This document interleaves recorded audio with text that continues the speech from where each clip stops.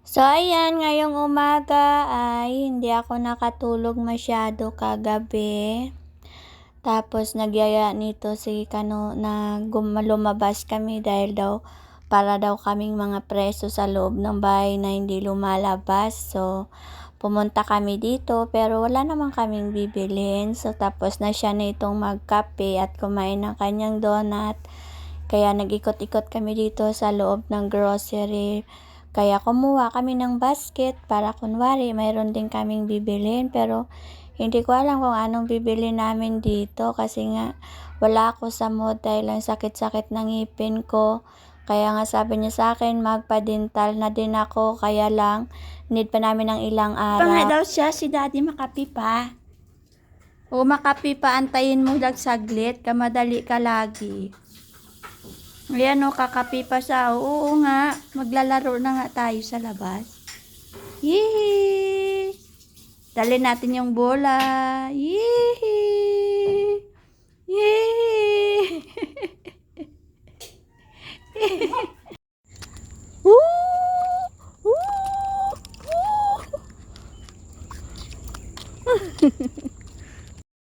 So ito nga, nandito nga kami sa labas dahil nga pinalabas namin si Karina at sakit talaga ng ngipin ko. So ayan, alam nyo ba, bago lang tong postiso ko, wala pang 1 taon or 1 taon pa lang, kaso nasira itong ngipin ko sa tabi dahil nga kinagat ko ng bayaba. So nagsimula doon yung nasira yung ngipin ko. Natanggal ba yung pasta niya, kaya sabi ni Kano sa akin, sa susunod na araw kailangan ko nang magpa-dental kasi nga hindi ako minsan nakakatulog sa gabi, tsaka pag kumakain ako, pag napasukan siya ng kanin ang sakit-sakit talaga. Kaya ayun, sabi ko magpapabunot na lang talaga ako after ng mga ilang araw. Kaya kanina hindi rin ako nakasumba kasi nga parang ang sakit ng gilagid ko na parang pumupunta sa ilong ko. Kaya ayun, naglakad-lakad na lang kami dito sa bakanting lote. Tapos syempre kasama namin to si Karina.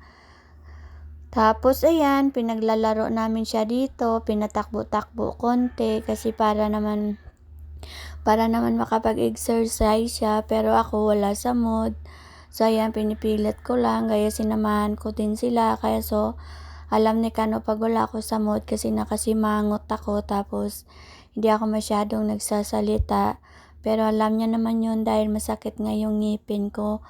Kaya sabi niya sa akin, mag-inom daw muna ako ng Mefenamic na gamot para daw maimpis dahil syempre alam niya naman daw na sa susunod na araw pa yung aming pera. So ayan, so pagdating namin sa bahay, siya na lang yung nagluto ng almusal para kakain nga kami dahil hindi pa kami nakaalmusal. Tapos pagkatapos neto, sabi niya daw kung gusto ko daw ba lumabas. Sabi ko, saan papunta? Gastos na naman yan. Sabi niya, hindi, mag-ikot-ikot lang daw kami. Tapos magkakape lang daw siya kasi nga naboboryong din siya. So, wala naman daw siya ditong mga kausap. Hindi naman daw masyadong mga friendly yung mga tao. Sabi ko, mga friendly din naman yan. Kaso lang, hindi lang, mahirapan lang sila makipag-communicate sa'yo. Kaya, ganon. So, ayan, so napag-desisyon na namin na after namin mag-almusal ay pupunta kami sa labas. So, ayan. So, papunta kami doon. Syempre, magta-tricycle kami. At syempre, galing dito sa terminal, nagsasabi pa yung driver na first time lang daw kaming sumakay sa kanya at mamamasko daw siya. So, tapos naman na ang Pasko, diba? So, anong petsa na ngayon? So, anyway, ganun lang siguro talaga sila sa mga pasahero nila. So, ayan, walang katapusan traffic pa rin kahit Pasko at hindi Pasko. Ganito pa lang talaga dito, lalo na ngayon na ginagawa yung kalsada doon sa dulo. Hindi ko maintindihan bakit binabakbak na naman nila yung kalsada doon sa malapit sa DV Mart at sa Pure Gold. So, one way lang papunta doon.